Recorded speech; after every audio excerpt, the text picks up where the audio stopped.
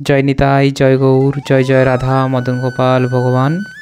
আসুন আজকে আমরা আস্বাদন করি কার্তিক মাসের শুক্লাপক্ষের একাদশী উত্থান একাদশী ব্রতের মাহাত্ম্য। তো উত্থান একাদশী ব্রতের যে মাহাত্ম্য রয়েছে সেই মাহাত্ম্য তো আমরা আস্বাদন করব। তবে তার আগে জেনে নিই যে এই একাদশী ব্রত পালন করলে তার পরের দিন অর্থাৎ 13ই নভেম্বর বুধবার কখন পালন করব। যারা কলকাতা থেকে শুনছেন তারা পালন করবেন সূর্য উদয়ের পর থেকে সকাল 9:29 মধ্যে। আর যারা বাংলাদেশের ভক্তরা শুনছেন তারা পালন করবেন সূর্য উদয়ের পর থেকে 9:49 মধ্যে। সঠিক সময়ে পালন অবশ্যই সবাই করবেন। ব্রতের কি নিয়ম, ব্রতের কি বিধিনিষেধ, ব্রতের কি মাহাত্ম্য, তা সবটাই আপনারা মাহাত্ম্যের মধ্যে পাবেন। তাই আসুন আমরা কথা না বাড়িয়ে মাহাত্ম্যকে আস্বাদন করি। কার্তিক মাসের শুক্লাপক্ষের একাদশীর মাহাত্ম্য স্কন্দপুরাণে ব্রহ্মা নারদ সংবাদে বর্ণিত আছে। মহারাজ যুধিষ্ঠির বললেন, হে পুরুষোত্তম, কার্তিক মাসের শুক্লাপক্ষের একাদশীর নাম আমার কাছে কৃপা করে বর্ণনা করুন। শ্রীকৃষ্ণ বললেন, হে রাজন, কার্তিক মাসের শুক্লাপক্ষের একাদশী উত্থান বা প্রবোধিনী নামে খ্যাত। প্রজাপতি ব্রহ্মা পূর্বে নারদের কাছে এই একাদশীর মহিমা কীর্তন করেছিলেন। এখন তুমি আমার কাছে সেই কথা শ্রবণ করো। দেবর্ষি নারদ প্রজাপতি ব্রহ্মাকে বললেন, হে মহাত্মা, যে একাদশীতে ভগবান শ্রী গোবিন্দ শয়ন থেকে জেগে ওঠেন সেই প্রবোধিনী বা উত্থান একাদশীর মহিমা আমার কাছে সবিস্তারে কীর্তন করুন। ব্রহ্মা বললেন, হে নারদ, উত্থান একাদশী যথার্থই পাপনাশিনী, পুণ্যবর্ধিনী ও মুক্তিপ্রদায়ী। এই একাদশী ব্রত নিষ্ঠার সাথে পালন করলে 1000 অশ্বমেধ যজ্ঞ ও শত শত রাজসূয় যজ্ঞের ফল অনায়াসে লাভ হয়। জগতের দুর্লভ বস্তুর প্রাপ্তির কথা আর কি বলবো। এই একাদশী ভক্তিপরায়ণ ব্যক্তিকে ঐশ্বর্য, প্রজ্ঞা, রাজ্য ও সুখ প্রদান করে। এই ব্রতের প্রভাবে পর্বত প্রমাণ পাপরাশি বিনষ্ট হয়ে যায়। যারা একাদশীতে রাত্রি জাগরণ করেন তাদের সমস্ত পাপ ভস্মীভূত হয়। শ্রেষ্ঠ মুনিগণ তপস্যার দ্বারা যে ফল লাভ করেন এই ব্রতের উপবাসে তাই পাওয়া যায়। যথাযথভাবে এই ব্রত পালন করলে আশাতীত ফল লাভ করা যায়, কিন্তু অবিধিতে উপবাস করলে স্বল্পমাত্র ফল প্রাপ্তি হয়।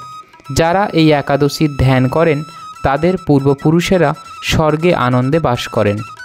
এই একাদশী উপবাস ফলে ব্রহ্মহত্যাজনিত ভয়ঙ্কর নরক যন্ত্রণা থেকে নিস্তার পেয়ে বৈকুণ্ঠ গতি লাভ হয়। অশ্বমেধ যজ্ঞ দ্বারাও যা সহজে লাভ হয় না, তীর্থে স্বর্ণ প্রভৃতি দান করলে যে পুণ্য অর্জিত হয়, এই উপবাসের রাত্রি জাগরণে সেই সকল অনায়াসে লাভ হয়ে যায়। যিনি সঠিকভাবে উত্থান একাদশীর ব্রত অনুষ্ঠান করেন তার গৃহে ত্রিভুবনের সমস্ত তীর্থ এসে উপস্থিত হয়। হে নারদ, বিষ্ণুর প্রিয়তমা এই প্রবোধিনী একাদশীর উপবাস করলে সর্বশাস্ত্রে জ্ঞান ও তপস্যায় সিদ্ধি লাভ করে চরমে মুক্তি লাভ হয়। যিনি সমস্ত লৌকিক ধর্ম পরিত্যাগ করে ভক্তি ভরে এই ব্রত উপবাস করেন তাকে আর পুনর্জন্ম গ্রহণ করতে হয় না।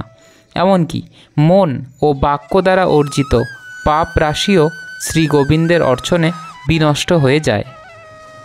হে বৎস, এই ব্রতে শ্রদ্ধা সহকারে শ্রী জনার্দনের উদ্দেশ্যে স্নান, দান, জপ, কীর্তন ও হোমাদি করলে অক্ষয় ফল লাভ হয়। যারা উপবাস দিনে শ্রীহরির প্রতি ভক্তিভাবে দিন যাপন করেন তাদের পক্ষে জগতে দুর্লভ বলে আর কিছুই নেই। চন্দ্র ও সূর্যগ্রহণে স্নান করলে যে পুণ্য হয়, এই উপবাসে রাত্রি জাগরণে তার সহস্রগুণ সুকৃতি লাভ হয়। তীর্থে স্নান, দান, জপ, হোম, ধ্যান আদির ফলে যে পুণ্য সঞ্চিত হয়, উত্থান একাদশী না করলে সেই সমস্ত নিষ্ফল হয়ে যায়। হে নারদ, শ্রী হরিবাসরে শ্রী জনার্দনের পূজা বিশেষ ভক্তি সহকারে করবে। তা না হলে শত জন্ম অর্জিত পুণ্য বিফল হয়।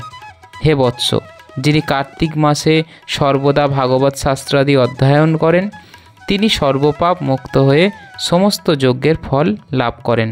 ভগবান হরি ভক্তিমূলক শাস্ত্রপাঠে অত্যন্ত সন্তুষ্ট হন, কিন্তু দান জপ যজ্ঞাদি দ্বারা তেমন প্রীত হন না। এই মাসে শ্রীবিষ্ণুর নাম গুণ রূপ লীলা আদি শ্রবণ কীর্তন অথবা শ্রীমদ্ ভাগবত আদি শাস্ত্রগ্রন্থ পাঠের ফলে শত শত গোদানের ফল অচিরেই প্রাপ্ত হওয়া যায়। অতএব হে মুনিবর, কার্তিক মাসে সমস্ত গৌণ ধর্ম বর্জন করে শ্রী কেশবের সামনে হরিকথা শ্রবণ কীর্তন করা কর্তব্য। কোনো ব্যক্তি যদি ভক্তি সহকারে এই মাসে ভক্ত সঙ্গে হরিকথা শ্রবণ ও কীর্তন করেন তবে তাঁর শতকুল উদ্ধারপ্রাপ্ত হন এবং হাজার হাজার দুগ্ধবতী গাভীদানের ফল অনায়াসে লাভ করেন। এই মাসে পবিত্রভাবে শ্রীকৃষ্ণের রূপ গুণাদি শ্রবণ কীর্তনে দিন যাপন করলে তার আর পুনর্জন্ম হবে না। এই মাসে বহু ফলমূল ফুল অগ্রু কর্পূর ও চন্দন দিয়ে শ্রীহরির পূজা করা কর্তব্য। সমস্ত তীর্থ ভ্রমণ করলে যে পুণ্য সঞ্চয় হয়, উত্থান একাদশীতে শ্রীকৃষ্ণ পাদপদ্মে অর্ঘ্য প্রদানে তার কোটি গুণ স্বীকৃতি অর্জন হয়। শ্রবণ কীর্তন স্মরণ বন্দনাদি নববিধা ভক্তির সাথে তুলসী সেবার জন্য যারা বীজ রোপণ জলসেচন ইত্যাদি করেন তারা মুক্তি লাভ করে বৈকুণ্ঠবাসী হন। হে নারদ, সহস্র সুগন্ধি পুষ্প দেবতার অর্চনে বা সহস্র সহস্র যজ্ঞ ও দানে যে ফল লাভ হয়, এই মাসের শ্রীহরিবাসরে একটিমাত্র তুলসী পাতা শ্রী ভগবানের চরণ কমলে অর্পণ করলে তার অনন্ত কোটি গুণ ফল লাভ হয়। জয় নিতাই, জয় জয় নিতাই, জয় জয় গৌর, জয় জয় রাধা মদন গোপাল। আসুন সবাই সাবস্ক্রাইব করে যুক্ত থাকি। আগামী জানুয়ারি 2025 গৌর কথা মহোৎসবের লাইভ টেলিকাস্ট আপনারা এই চ্যানেল থেকেই পেয়ে যাবেন।